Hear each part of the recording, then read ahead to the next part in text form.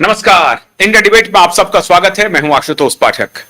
मित्रों, एक बहुत इंपॉर्टेंट खबर आज लेकर के आया हूं और इंपॉर्टेंट खबर यह है कि हमारे गृह मंत्री श्रीमान अमित शाह जी ने रंगे हाथों इन्हें पकड़ लिया।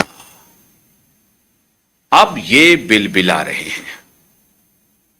अब इनको समझ में नहीं आ रही है अब क्या करें। पूरा खेल बेपर्दा हो गया। पूरा इकोसिस्टम जिस तरह से षड्यंत्र रच रहा था, वो सारा षड्यंत्र सामने आ गया और तब से ही भारत की खुफिया एजेंसी के कान एक प्रकार से खड़े हो गए थे जब मार्को रूबियो भारत आए थे और भारत में अपनी आइटिनरी में, अपनी यात्रा में उन्होंने दिल्ली में पहले लैंडिंग का प्रस्ताव नहीं रखा। भारत यात्रा में उन्होंने पहला प्रस्ताव रखा कोलकाता का। भारत की एजेंसी हैरान थी, परेशान थी कि ऐसा क्यों हो रहा है।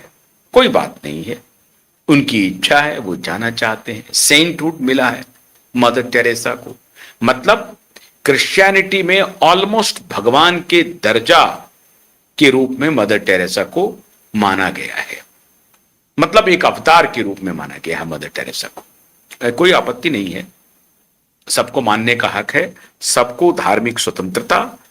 भारत एक जनतांत्रिक देश है और किसी के धार्मिक स्वतंत्रता पर कोई हमला नहीं होता है।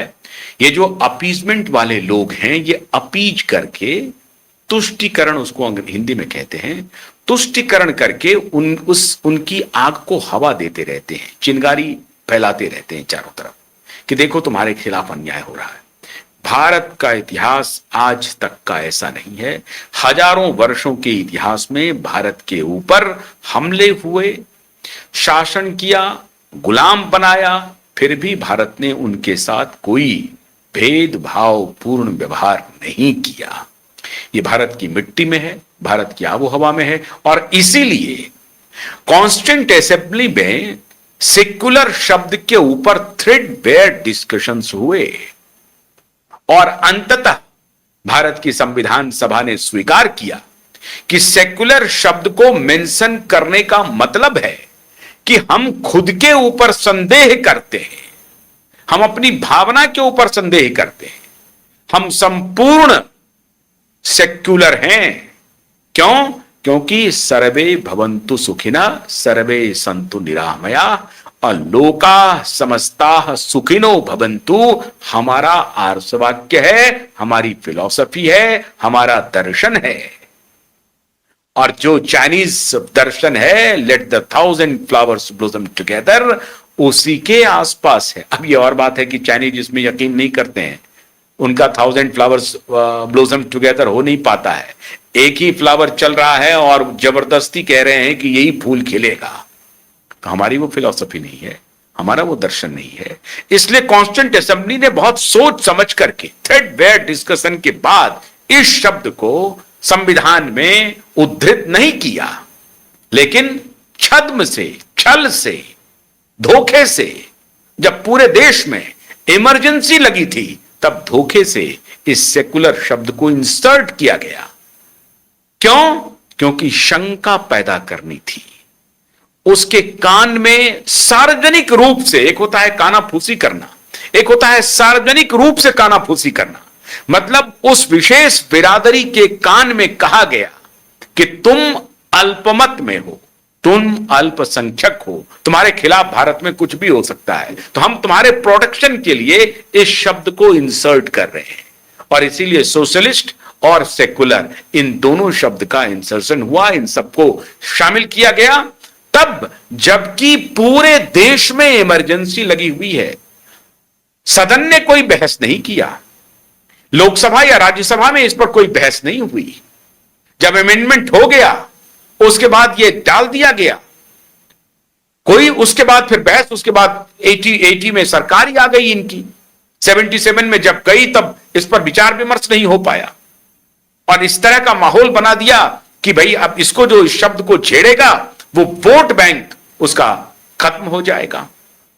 लेकिन आप सोचिए कि 25 वर्ष पहले भारत की संविधान सभा ने इस शब्द को संविधान में इनकॉर्पोरेट करने में कोई दिलचस्पी नहीं दिखाई। क्यों नहीं दिखाई? वो इसलिए कि भारत अगर सेकुलर है, अगर गैर सांप्रदायिक है, धर्मनिरपेक्ष नहीं है, धर्म सापेक्ष है। यही तो डिबेट का विषय था कि भारत धर्मनिरपेक्ष कैसे हो सकता है, धर्म से विमुख नहीं हो सकता है, धर्म के साथ साथ चल सकता है, धर्म सापेक्ष है।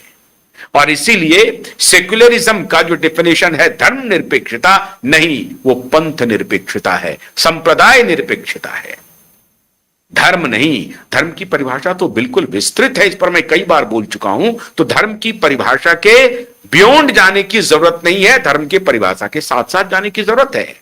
ये हमारे फोर फादर्स ने बहुत विचार विमर्श के बाद इस शब्द को दूर रखा सदन से।